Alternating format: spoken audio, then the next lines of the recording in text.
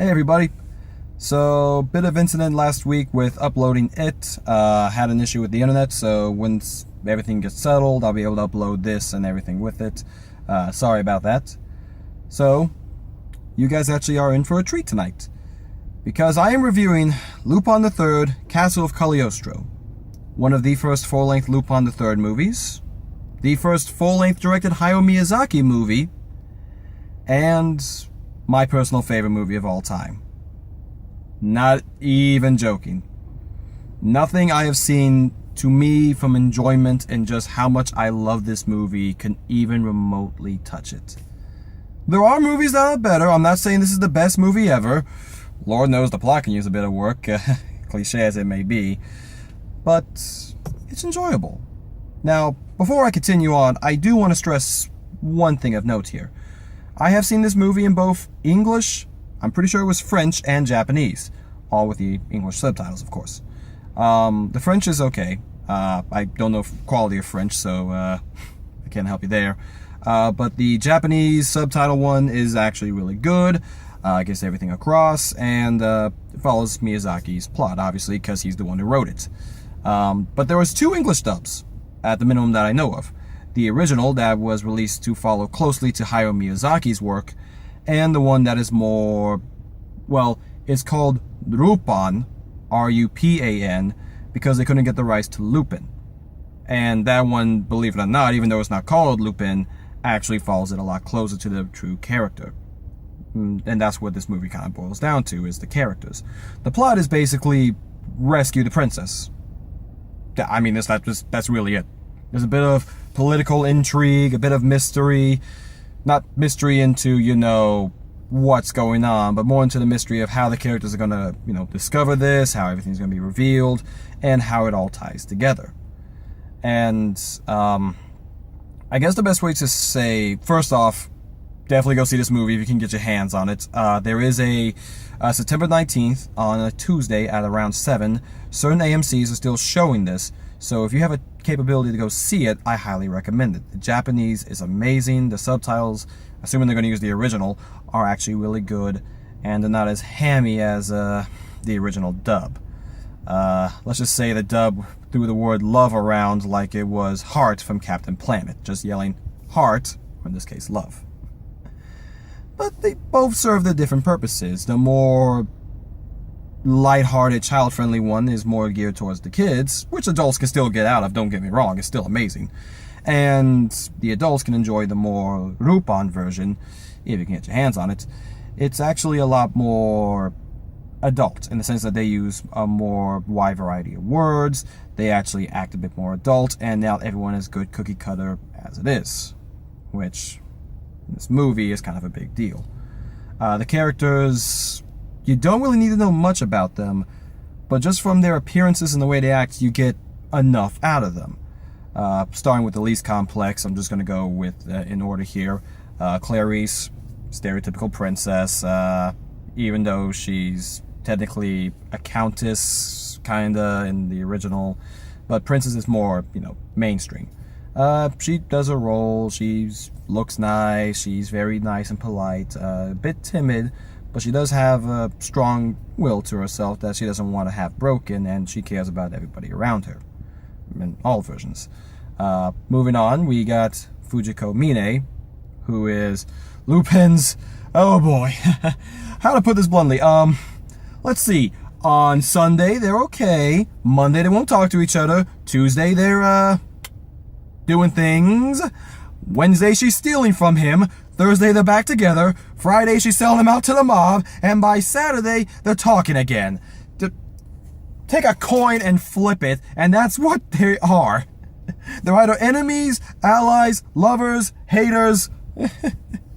And this movie, if you get the non-kid friendly version of it, is very keen to point that out. It's like, yeah, we've been friends and lovers, and I've tried to kill him once or twice. It's all good. And to the next least complex character is Goemon Ishikawa, the 13th. Named after the fabled thief Goemon Ishikawa, which, if you know Japanese folklore, he's his descendants. A lot of descendants in this whole shebang.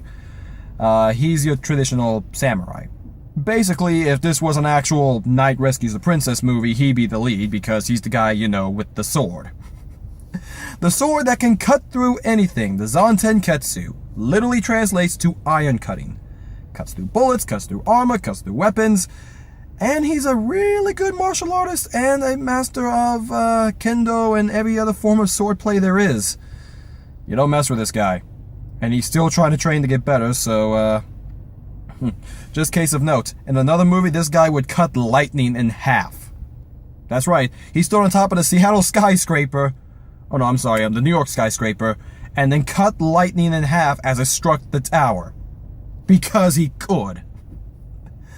In case you haven't realized, my favorite franchise of all time is also Lupin III, so take that with what you will.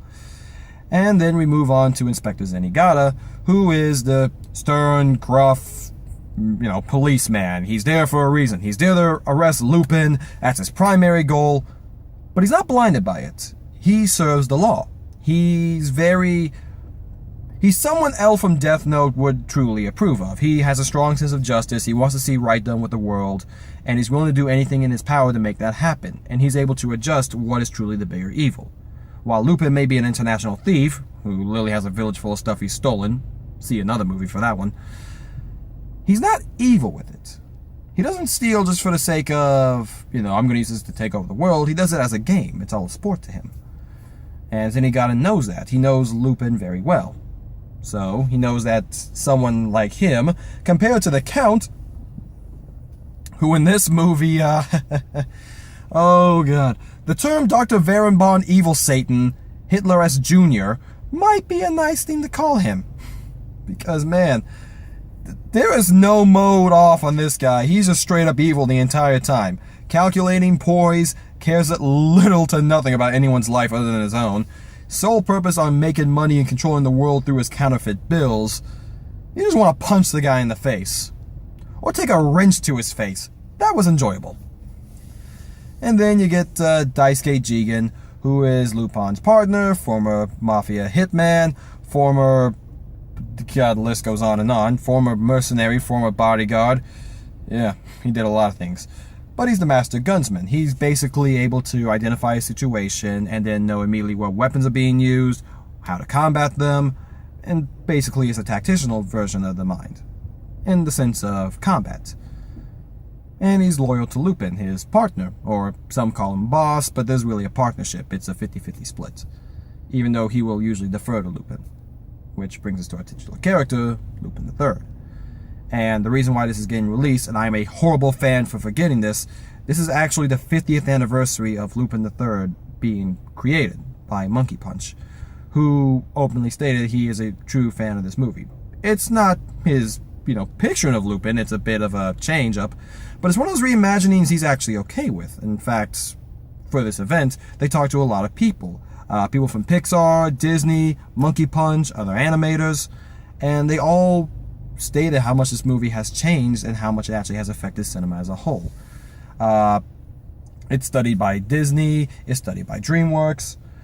It actually was even used in, well, for those of you who are Harrison Ford fans who think anime is all that, for those of you who've ever seen Raiders of the Lost Ark, yeah, a lot of stuff was borrowed from this movie. Now, Steven Spielberg may never say that. In fact, he's kind of plead the fifth every time that question came up. But there's a reason this is number 4 on his top films of all time. Not favorites, 4 of the best films he's ever seen of all time. Now, granted, he saw the Japanese version, not the dub, so you take that for what you can. And, well, Lupin III, he's a gentleman thief. Truest to the form. He goes out, he seeks adventure, he steals not for the sake of wanting the money, but the thrill, the challenge, always getting better, always improving his craft. But he abides by 3 rules. 3 simple rules. No killing unless you have to. That's something his grandfather, Arsène Lupin, who would spar with Sherlock Holmes from time to time, who Sherlock Holmes never caught, by the way. That's right, someone even Sherlock Holmes couldn't beat. So, no killing. Only steal from evil people or people who can't afford it. Basically, you never want to steal from the good guys because, what's the point? Which brings to number 3. The point is, it's the thrill. They do this for the sake of the chase, the high. They're always testing your skills, getting better and better.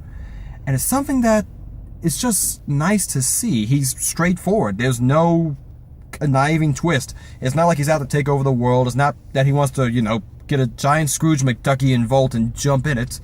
He just does it because he enjoys it. Now, granted, he definitely spends his money on future endeavors and women. See Fujiko.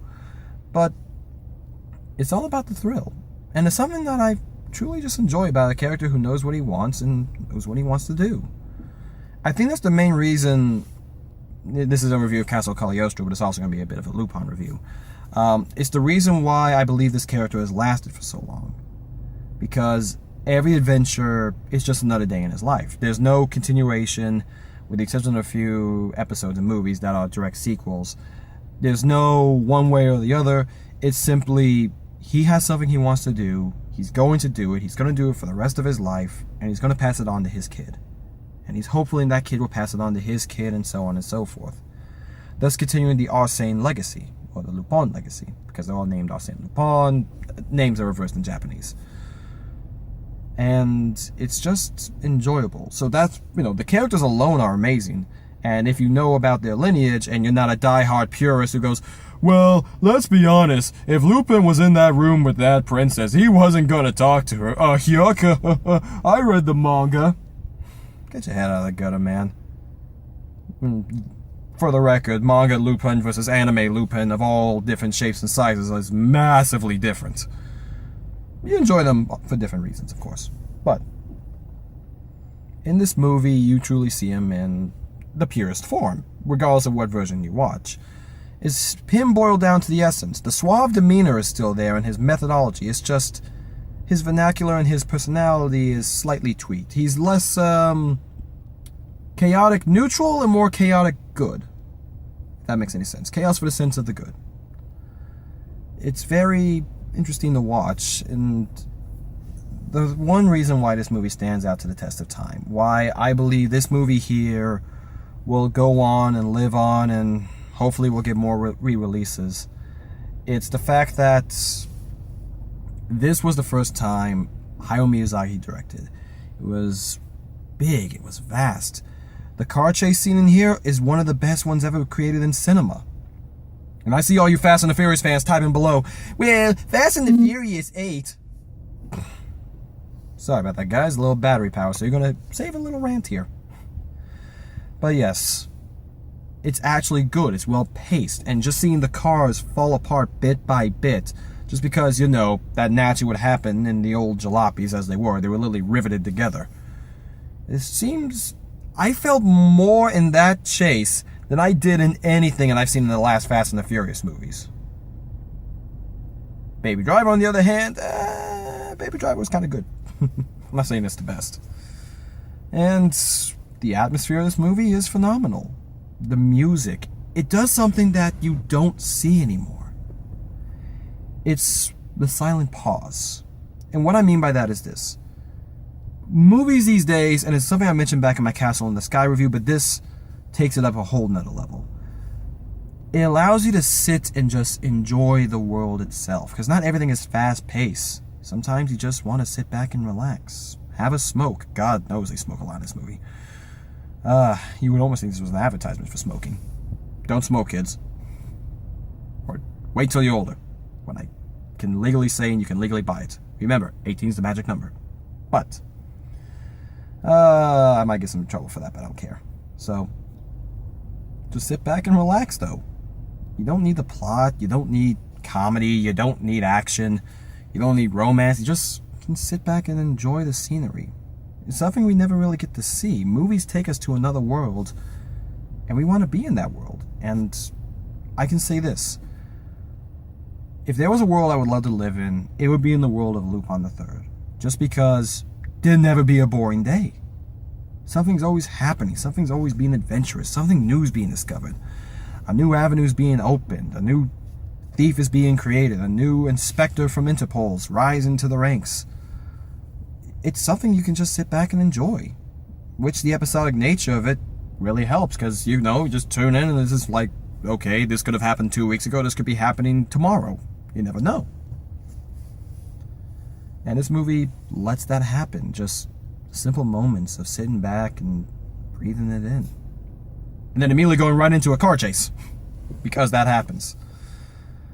It's very enjoyable and very heartwarming.